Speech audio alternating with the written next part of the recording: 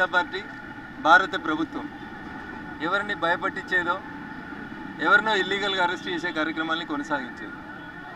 Investigating agencies తప్పు చేసినటువంటి వ్యక్తుల్ని ఏ కలుగులో దాక్కున్నా వెలికి తీసుకొస్తాయి, పట్టుకొస్తాయి, జ్యుడిషియల్ కస్టడీకి రిమాండ్కి పంపిస్తాయి. తర్వాత ఏం చేయాలనేది న్యాయస్థానాలు చూస్తాయి.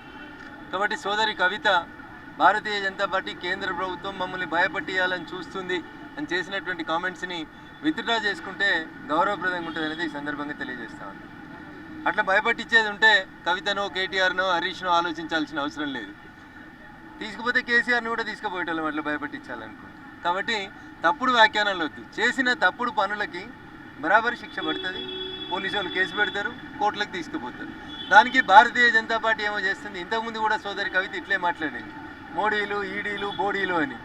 టీఆర్ పోయించిన తర్వాత నన్ను అర్థమైందేమో అనుకున్నాం, మనుషులు మారుతారేమో అనుకున్నాం.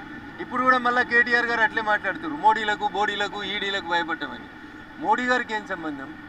మీరు ఫార్ములా ఈ రేస్ కేసులో ఎలక్షన్ కమిషన్ అనుమతి తీసుకోకుండా ఒక బాధ్యతాయుతమైన మంత్రి స్థానంలో ఉండి రాతపూర్వకంగా ఎట్లాంటి ఆదేశాలు ఇవ్వక మౌఖిక ఆదేశాల మేరకు ఈ దేశ సొమ్ముని రిజర్వ్ బ్యాంక్ ఆఫ్ ఇండియా అనుమతి లేకుండా, భారత ప్రభుత్వం అనుమతి లేకుండా విదేశాలకు పంపించి దాని మీద కేసు అయితే ఏదో మమ్మల్ని భయపట్టియాలని చూస్తున్నారు. మిమ్మల్ని భయపట్టిస్తే మాకేం వస్తుంది? ఆల్రెడీ సచ్చిన పాము మీరు. సచ్చిన పాముకి పాలు పోసినా నీళ్లు పోసినా వచ్చేది లేదు, సచ్చేది లేదు. అది ఎట్లా చచ్చింది. కాబట్టి టీఆర్ఎస్ గురించి మేము మాట్లాడడం ఎప్పుడో మానేసినాం, మర్చిపోయినాం. వాళ్ళని వాళ్ళు ప్రజెంట్ చేసుకోవడం కోసం రోజు ఏదో దగ్గర అయితే చెల్లె, లేకపోతే అన్న, లేకపోతే హరీష్, మీరు తప్ప ఎవరు లేడా తెలంగాణలో ప్రతిపక్షం? కవిత నిన్న మాట్లాడుతూ ఉన్నారు, సోదరి కవిత గారు, బీసీలకు అన్యాయం జరిగింది, బీసీ గణన చేయాలి. ఆడపిల్ల కాబట్టి జర మంచిగా మాట్లాడుతున్నా, గౌరవప్రదంగా మాట్లాడుతున్నా. 10 ఏళ్ళు అధికారంలో ఉండి ఇలా నువ్వు అడుగుతున్న బీసీలకి మీ నాయన 10 మంత్రి పదవులు ఇవ్వాల్సింది ఉండే. 2 ఇయ్యలే మీరు, 2 ఇయ్యలే సరిగా. అందులో బీసీ బిడ్డను అర్ధాంతరంగా తీసి అవతల వారేసాడు మీ నాయన. కవిత, ఆ రోజు నీ నోరు ఎందుకు మూతపడ్డది? అది మాట్లాడు చెల్లె, గౌరవంగా ఉంటుంది. అదే నువ్వు ఆడపిల్ల కాకపోయింటే ఖచ్చితంగా మంచి సమాధానం చెప్పేటాను నేను. ఇప్పటికైనా బీసీల గురించి మొసలు కన్నీరు, ఇంకా దేని గురించో మొసలు కన్నీరు మార్చే కార్యక్రమాన్ని సోదరి కవిత గారు మానుకోవాలి. 10 మంత్రి పదవులు, 18లో 54% బీసీలుంటే 10 మంత్రి పదవులు ఇవ్వాల్సింది ఉండే. 10 ఏళ్ళు అధికారంలో ఉన్న టీఆర్ఎస్ పార్టీ 2-3 మంత్రి పదవులు ఇచ్చి అందులో బీసీ బిడ్డలు ఎదుగుతుంటే ఓర్వలేక తీసి అవతల వారేసారు ఈటల రాజేందర్ని. ఆ రోజు ఎడిపోయిన ఇలా నోర్లన్నీ వాళ్ళు బీసీలు కాదా? ఆ రోజు బీసీ కులగణన గురించి కవిత ఎందుకు మాట్లాడలేదు? ఇవాళ ఎందుకు మాట్లాడుతుంది కవిత? కవితకి బీసీలకు ఏం సంబంధం? నిజాయితీగా ఉంటే మీ నాయన ఈ రోజుకైనా ప్రతిపక్ష పదవి హోదాని ఒక బీసీ బిడ్డకి ఇవ్వమని చెప్పు. పార్టీ అధ్యక్ష పదవి ఇన్రి పోని. ఏదన్నా చర్చ జరిగితే అసెంబ్లీలో ఒక్క బీసీ బిడ్డని మాట్లాడించింది చెప్పురి.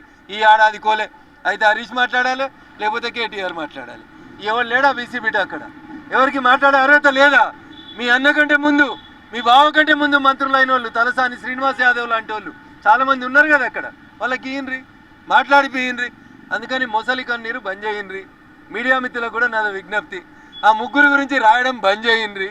పొద్దుగాలైతే వాళ్ళే ఉన్నట్టు, ప్రతి సమస్య వాళ్ళకే తెలిసినట్టు. ఈ సమస్యలన్నిటికి కారణం ఆ ముగ్గురే. ఈ రాష్ట్రానికి పట్టిన దరిద్రం ఏమైనా ఉందంటే అది టీఆర్ఎస్ పార్టీయే. ఇక వాళ్ళు వచ్చి బీసీ గన్న చేయండ్రి, బీసీలకు మంత్రి పదవులు ఇయ్యండ్రి. మీరు కూడా మాట్లాడితే ఎట్లుంటుంది చెల్లె? దయ్యాలు వేదాలు వాళ్ళు ఇచ్చినట్టు ఉంటుంది. అందుకని దయచేసి మేము మీ జోలికి రావట్లేదు. మీ సావు మీరు సావుండ్రి, మీ కర్మ మీరు అనుభవిస్తున్నారు.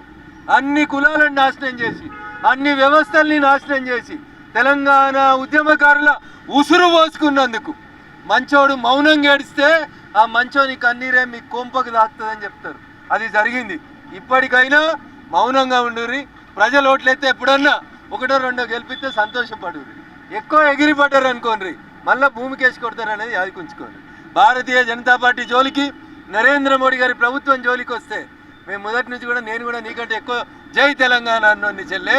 ఈట్ కా జవాబ్ పత్తర్ సే జరూర్ ఆప్కు మిలేగా. Thank you.